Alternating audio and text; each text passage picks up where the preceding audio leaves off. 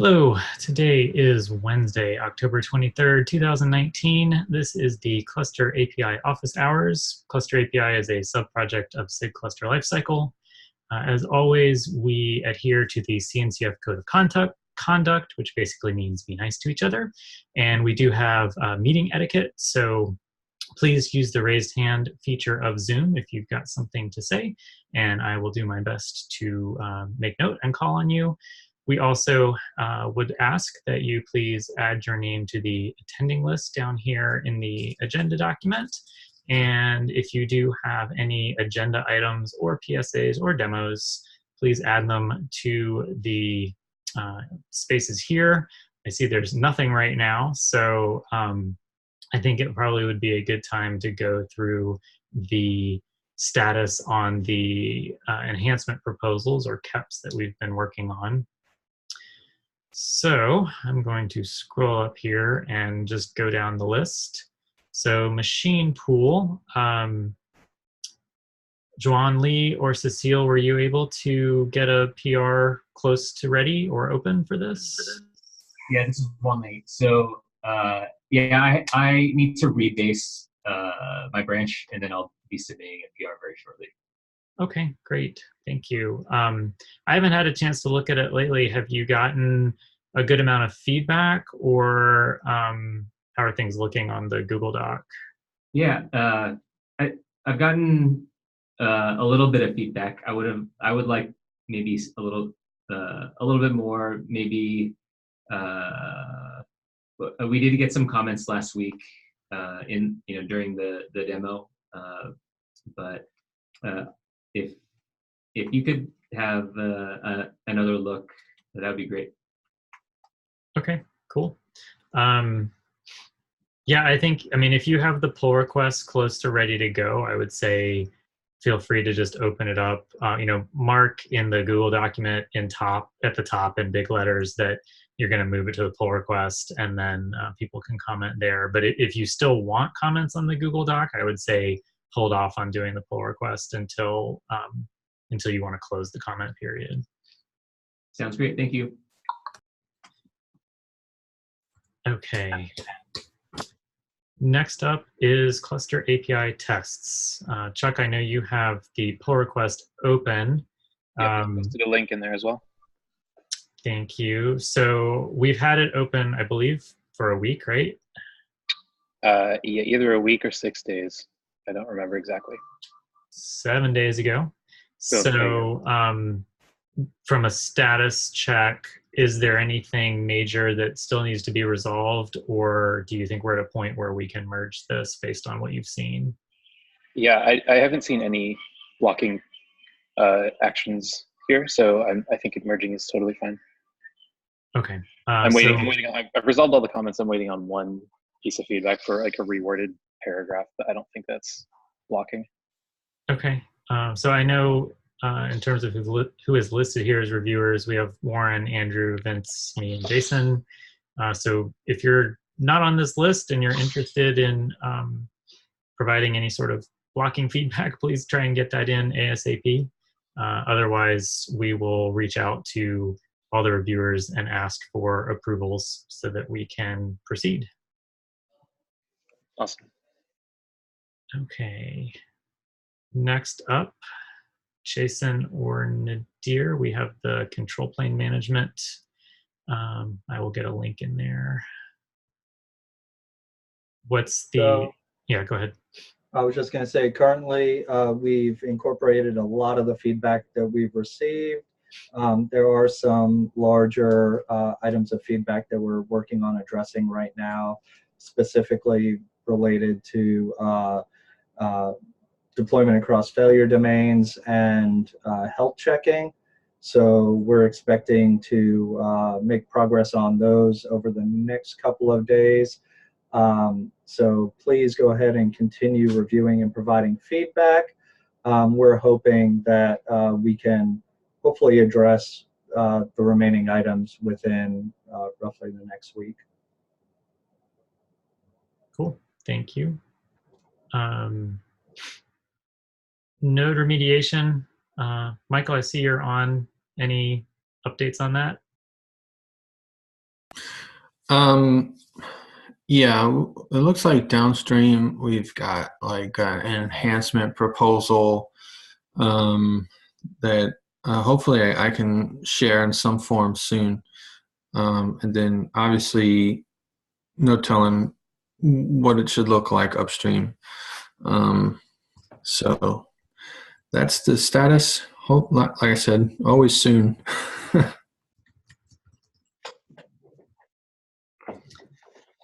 Do you mean by downstream OpenShift?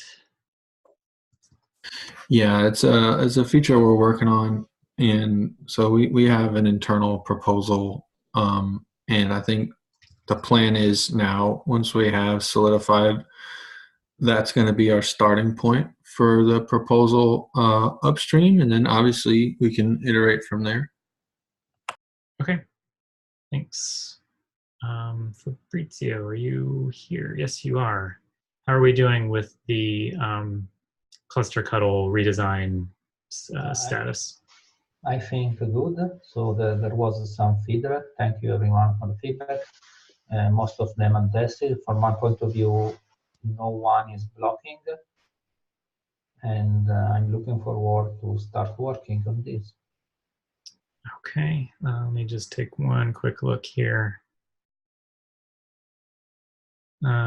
So I see from a reviewer standpoint, we have Jason, Vince, and me. If anybody is interested in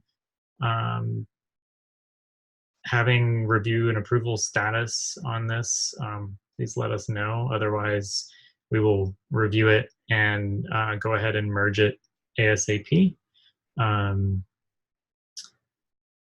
Okay, and that's it for the proposals, I believe. So we still have nothing on the agenda. Does anybody have anything they want to talk about or anything that I missed? Well, I figured I just filed an issue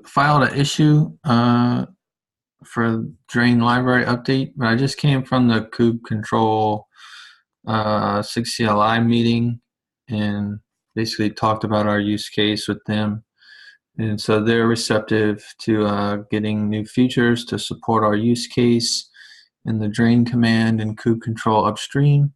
I'm going to be filing an issue outlining some enhancements that I'd like to see there, probably later today, and just want to loop everybody in on that. Cool.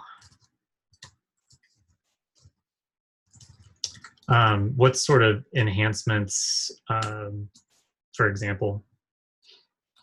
Well, we talked briefly in the patch set to fix the bug about adding a context. So there's something that we can add there.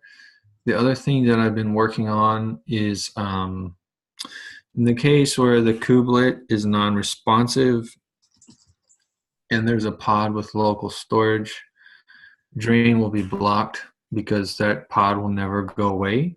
It will be stuck in terminating state. And for our use case, you know, if we're deleting a machine, it means we consider it failed. There's not really another remediation that we need to do there. So adding some functionality to account for that particular scenario. And this way we don't have to add logic to skip drain because we always want to respect PDBs. So that's the high level of that enhancement. Cool.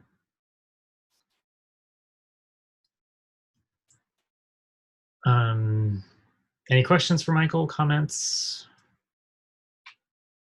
Oh, we're a quiet group today. All right, I'm gonna go on to backlog grooming, but please feel free to add things to the agenda and I will get back to them after we take a look at the these issues. Wow, we have 19, okay. Oh, a lot of these came from Qvidium Bootstrapper. All right, well, I can take care of those so we don't have to do it on this call. I'm just going to toss them the next milestone. Okay, thanks, Chuck. Yeah, no worries. All right, so first up is adding Mac instructions for the quick start with the Docker provider. I think this would probably be useful to get in for this milestone, especially Is that since already addressed? there was a PR for it, but it hasn't merged yet. Okay. I'm actually going to put this in the 02x milestone since that's the branch that it's going against. And Can you send that to me? yeah, and then we need, I assume we would want a forward port. Oh yeah, I see the need to cherry pick. All right. I'm going to give you both the pull request, Chuck, and the issue. Cool, thank you. Although I guess technically this was Erwin that did this, right? Yeah, I'll just give you the PR. Perfect. Alrighty. We have external etcd doc improvement as a documentation idea here. See, we have somebody who has signed it, so I can probably check in with them. Did this come from CabBK? I might have transferred this one before putting the prefixes on all of them. I think that was the case, yeah. All right, so you want to take this one too then? Yep, that's perfectly fine. Okay, so Andrew has an issue that he opened about shifting dependency versions within a release branch, which unfortunately we ended up having to do within the 0.2 branch to get some functionality that we needed out of Client Go for event recording. I think generally what we want to avoid within like 0.2.x or 0.3.x is making breaking changes after we've done our initial release on any of our dependencies like the Azure code or Client Go or whatever. So I don't know if we can automate some of this. This may just need to go in documentation for like a contributing or reviewer's guide. Andrew, are you still here? I know he told me he had to drop. So anybody have any feelings on this one in terms of action items to come out of it?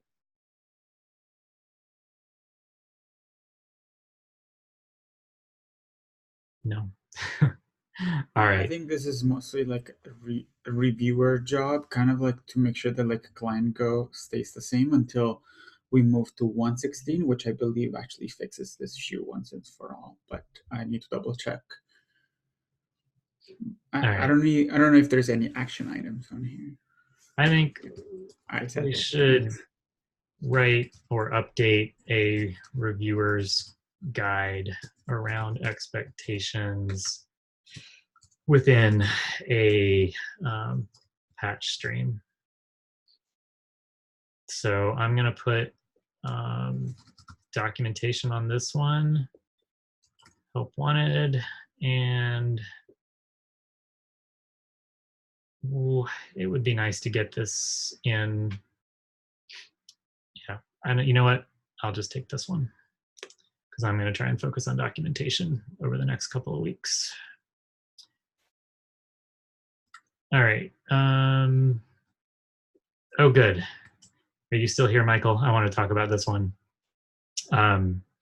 So this issue was, I think, maybe from looking at the way that Cluster API was in V1 Alpha 1, and given that we have some changes, a lot of changes in V1 Alpha 2 and beyond, like there is no concept of a load balancer in any of the Cluster API data types. And so I know we had some back and forth around the fact that fact, and I think your last comment was looking for some sort of description around some architecture for doing this.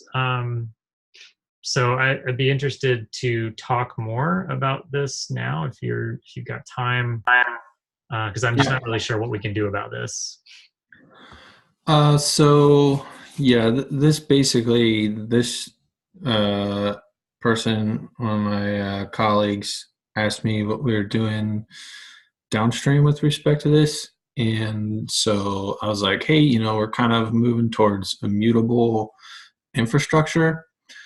So downstream, what we're doing is we have like a list in our provider specs that say, target pool or load balancers or whatever on an individual machine object.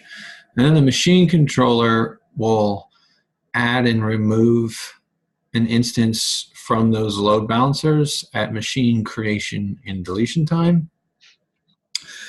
And their use case is they want to be able to later add load balancers to that list. And I was like, well, we're kind of moving towards immutability, like your infrastructure should be immutable, all that kind of stuff. And so that's what spawned this discussion. I think I was under the impression that some of what we were doing came from upstream earlier, but it looks like maybe that didn't. Maybe that's something we kind of made like a hybrid of the early cluster API v1 alpha 1 AWS provider downstream. But in any case, so I still think it's a discussion worth having where let's say you're creating a new master and that master needs to be behind an ELB, for instance. What is the preferred mechanism of putting that instance behind the load balancer? In our case, we're doing that in the machine controller. And I think maybe there's room for like an abstraction for kind of a load balancer controller, not something that creates load balancers, but something that adds and removes instances from load balancers. And I think it'd be useful to have an abstraction, at least a default abstraction that says, hey, you're going to want to add stuff to load balancers. This is kind of the architecture, what we think that should look like. And so that's kind of where I was trying to take the discussion after we figured out the differences between v1 alpha 1 and v1 alpha 2. Does that make sense? Yeah, Moshe, I see you have your hand up. I'll get to you in just a second. In terms of how we're doing it now, so the AWS provider, Kappa, will add an EC2 instance to the ELB if it's a control plane machine when the AWS machine resource is created and the Kappa AWS machine reconciler sees it. Or maybe it's the AWS cluster reconciler, but it's all Kappa's responsibility. So just in terms of where it's done today, it's Kappa. Moshe? Yes, so I've been interested in externalizing or abstracting the load balancer away out of the kind of the core infrastructure to support these type of use cases. And I created a KEP, although I don't think it's a KEP anymore. But I think the final iteration that we have now is based on essentially a machine load balancer that uses a machine selector to select machines to add into a load balancer. And then you can have a load balancer controller for each provider that gives you a mechanism to declaratively manage load balancers, but also not have a tight coupling between that implementation and CAPI or any of the infrastructure providers. So really the only thing required to implement it is some dependence on the machine API. I'll post a link to that now. Thanks. Michael? Yeah, so just at a high level, it sounds like kind of we might be aligned on the thinking there. Yeah, so like for me, like having like the cluster infrastructure provider say, oh, this is a master, so I have to do these things. That's not really the abstraction I like. I like it being more declarative, like machine API really shouldn't have to know that it's a master. Like the machine API should say, I want this thing to be part of this load balancer, or some other thing says this machine shall be part of this load balancer, rather than it being like role kind of side effect based. It should be more of like a declarative thing, because it gets really hard to track.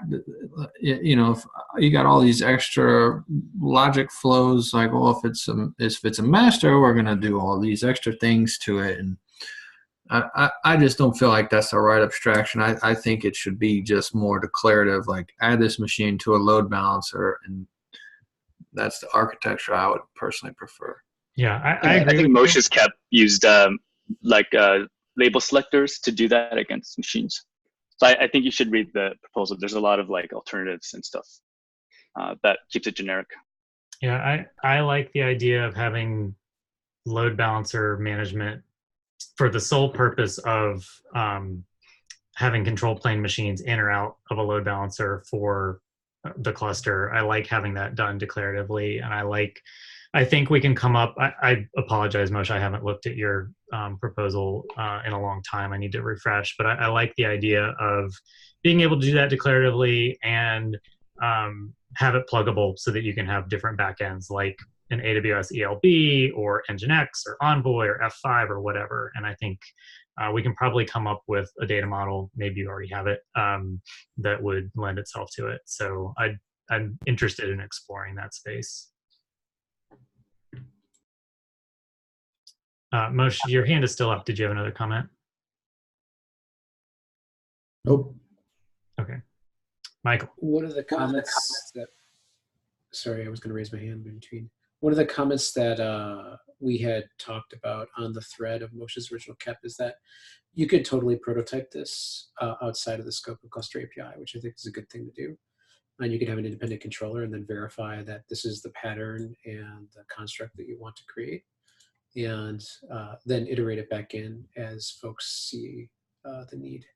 Yeah, and one place where integrating it in would make sense if we did a prototype approach and it looked good is around things like CapV or other providers where you don't have a cloud load balancer, and like being able to potentially tie together load balancing for the API server, DNS for the load balancer, and maybe some cert generation, so that it all just plumbs all the way through down to when you get kubeadm running with the certs that the API server needs.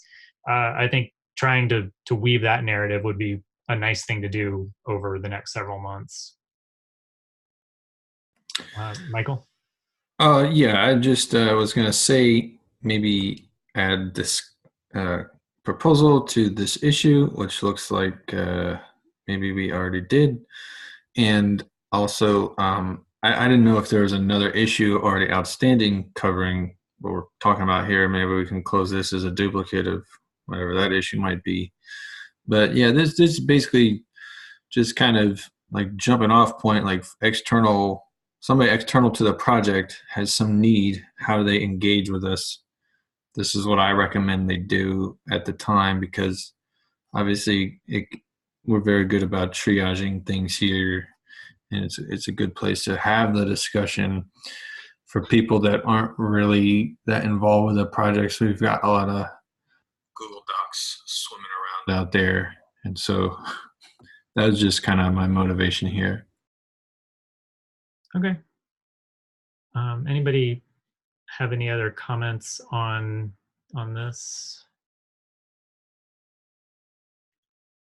Moshe, were you planning, or actually, Andrew, I'm going to ask you since you commented, are you going to work on a POC for this, or is there a POC, Moshe? So Yassine is working on the initial POC using the ELB integration on VMC, which is just vSphere on AWS. And then I'll probably add to that NSXT. Okay. Well, I will in-queue your proposal to my reading list and try and get to it this week. I'm definitely interested in seeing where we can take this. All right. In terms of milestone and priority, I think, actually, before I do that, you mentioned another issue, Michael, and I'm pretty sure Moshe hadn't you created one that we closed for this?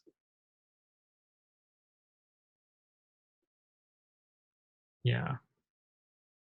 So I wonder if maybe we should close the one that Matt opened and reopen 1250. What do you all think? Michael? I think that's fine. Okay. Any objections? All right. I'm going to put this in next, mainly because I don't think we can reasonably commit to necessarily doing it in the 03 timeframe. But I will open it.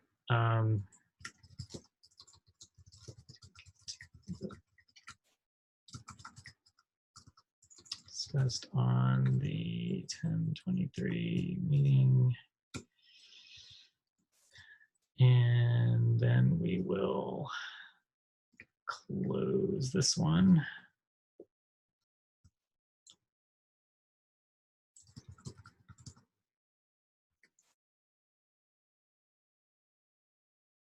Okay. So maybe we should set a time sometime in the next few weeks to check in on this, just from a status perspective, see how the prototyping is going. But I will make a note to add this to the agenda in what's reasonable, 2 or 3 weeks. What do you think, Moshe? Yeah, sounds good. Okay. All right, so moving on, we have machine controller should sense that the infrastructure object turns into not ready. And I think there was some back and forth on this. I know Jason and Vince, you had some thoughts. Did we end up in agreement that it would make sense to do this? Or is it more subtle than just, yes, let's do it?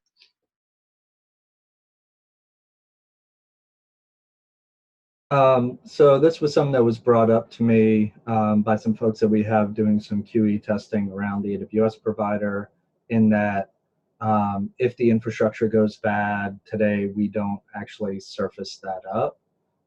I don't necessarily know if that's specifically around AWS or more general around behaviors around machine at this point, though. So I think we do need to have some idea of making sure that we bubble up that, status. But we do copy error message and error reason. We don't flip ready to not ready if there aren't any errors, though. So the specific example here was I rebooted my EC2 instance, and Kappa happened to reconcile it while it was rebooting. And so it set the AWS machine status to not ready, or ready equals false. And the cluster API machine controller didn't pick that up because of the way we have the logic coded. And so it looked like the machine was still running, even though the AWS machine was listed as not ready. yeah, I know it gets a bit ticky-tack because right now we consider we don't really have a good definition of what's a recoverable error versus a non-recoverable error. So I think we do need to get to the point where we have better definitions around that. But yeah. So from copy side, there is the fact that either we should gather information if the node linked to the machine is not ready anymore and flip back to provision. And on Kappa side and any other infrastructure provider, like we should make sure there's a contract out there that says, hey, if you set error message and error reason, we're never going to recover and we'll expect user interaction. I'm okay with like opening the issue in Kappa if we agree that that's the best way forward. I'm sorry, which issue in Kappa? To pretty much like not set error message and error reason if we reboot the machine, and only set it like if we have like a natural failure. Okay. I didn't think we were setting error message if the machine. Well, I guess, yeah, I don't remember. I can double check. Okay, why don't we? If anybody That's has, that's what this says. No. So I don't think this was specifically around Kappa. They may be running a different provider here. Yeah, this is my infra object, whether it's AWS machine or Azure machine or whatever. I was reading the second sentence like below, which says, I don't think the infra controller should set any error message or reason on the infra resource if the machine is recoverable. Yeah, but I mean, this one specifically is like, I mean, I think this is an aside. Mm-hmm. Maybe it applies to Kappa, maybe it doesn't, but they're saying the machine's phase should go to not ready when the infrastructure machine's phase or ready is false. And we would need to write code to do that. So I'm in favor of doing this. I don't think it hurts. Now there is a chance though that like the default reconcile or resync period is 10 minutes on the majority of our providers. So it's entirely possible that an infrastructure provider could look at the machine or look at the backing infrastructure for a machine, consider it not ready and set ready to false, and then it may take another 10 minutes before that gets marked ready equals true, even if it was up and running somewhere in that interval. Yeah, I do remember that during the proposal, like we explicitly said that we didn't want to flip it back and forth. So it was only like either it's set to ready or it's not. So I can dig that up and see a best way forward. Okay, so why don't you go dig up what's in the proposal and put a comment in here, and then we can just continue to resolve this asynchronously. Okay, sounds good to me. Let's try to look up what we wrote in the V1A2 proposal around ready, not ready transitions. Okay. And I'm going to put next on this one for now until we come back and decide we need to do it, if we decide we need to do it. Alrighty. This is a fairly vague one that I asked for more info. As a user, I want to streamline inputting different storage and networking options into the creation of clusters. I don't really know what to do with this without more details. Anybody have any thoughts? I think you're right on just leaving it as awaiting more evidence. This is a fairly vague use case and it sort of feels out of scope, but if there's something that he comes back with. Yep. All right, I'm going to leave the milestone off so that we look at it again next week. Okay, we have post-submit jobs should run CAPD and CAPPK related verification on PRs. I think we're still waiting on what the gaps are, right? Chuck, you had talked with Ashish about this a little bit, right? I actually had not. Somebody did. Maybe it was Vince. Or maybe I'm making it up. But you can send it to me if you like. I can like follow up. Okay. Thanks, Chuck. Yeah.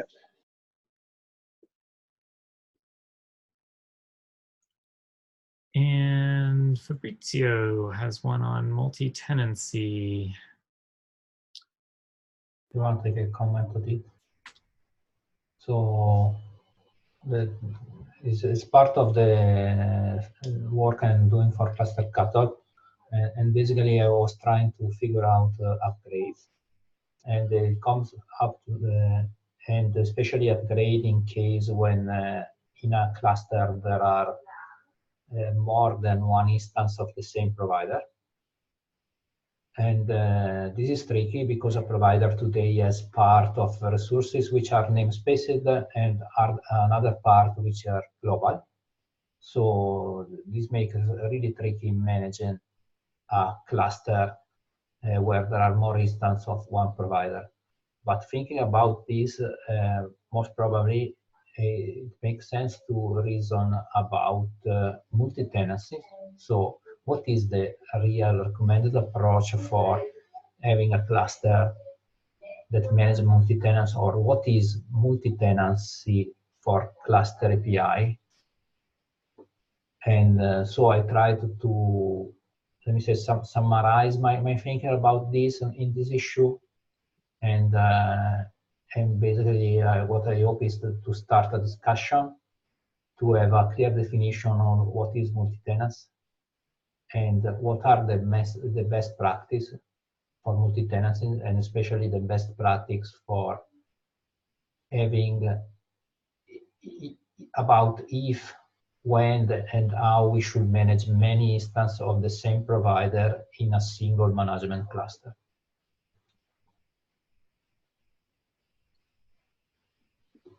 Yeah, I think on this one, it might be worthwhile trying to get specific in terms of listing out examples for which resources are global, which ones are namespaced, and what might happen if you have different versions of a single provider and its associated resources installed in the same management cluster. I can try to do this, but it will be a brittle exercise because basically you can base the exercise on a provider in a current time, in a current moment, because you don't have a guarantee that the next version it can change. Yeah. But if it can help to shape out the discussion, I'm happy to do this. I think it would help me personally. Jason, I see you got your hand up. Yeah, so I think there's a few different concerns here. One is the multi-tenancy around separate credentials running for different providers. And then there's the aspect of running different versions of a provider with the shared same common resources. And I think once we get to the point where we actually have conversion webhooks in place, and we're actually taking into account upgrades between versions and not fully externalizing that, I think that latter part goes away a little bit because the conversion webhooks or some other mechanism can be in place for handling having the multiple versions of the API server component or the CRDs deployed.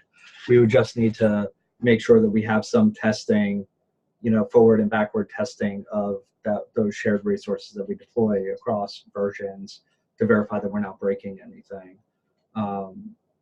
So I think having more detail around the different specific use cases would help us rather than trying to talk about it in too broad of terms. Yeah, that all makes sense. I'll add some comments to Fabrizio based on how I'm aware of certain cluster API deployments for multi-tenancy. Okay, thank you. I would say this is more going to end up being documentation. Does that sound right? For sure, it is a part of documentation, but it has also a part of impact in cluster catalog, because if we want to support upgrade, somehow this impact on cluster cut. And if we have some best practice about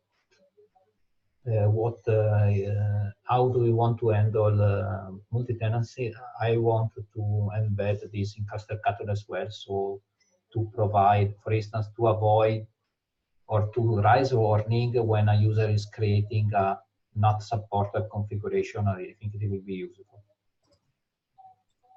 Makes sense. All right. Any other comments on this one before we move on? All right. So I think other than the Bootstrap provider ones, we got through everything. Let me just check the meeting notes. I don't see anything new. So let's go through. We have 10 open pull requests here.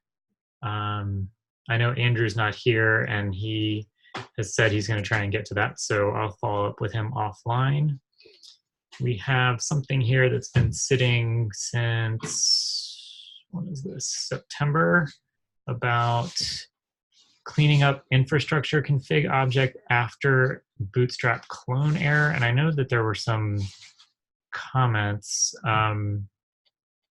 Vince, Jason, y'all good to go with this? I know there was a question out to Jason.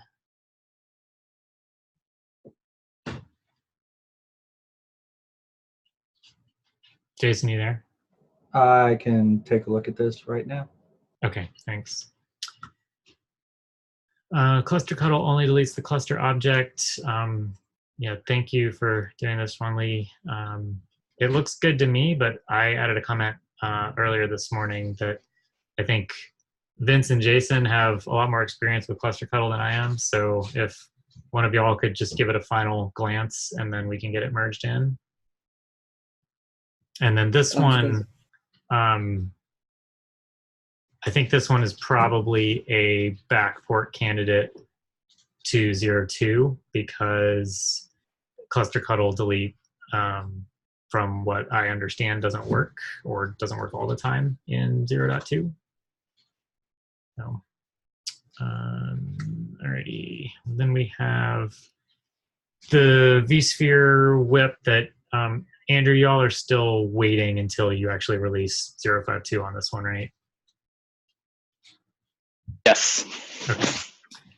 And then we have a CEP. We have this one that Chuck is on. This one's waiting on a CLA issue. And we have the shell check one that I know Chuck has been reviewing. So I think we're on top of everything here. So anything else y'all want to talk about, or shall we end 15 minutes early?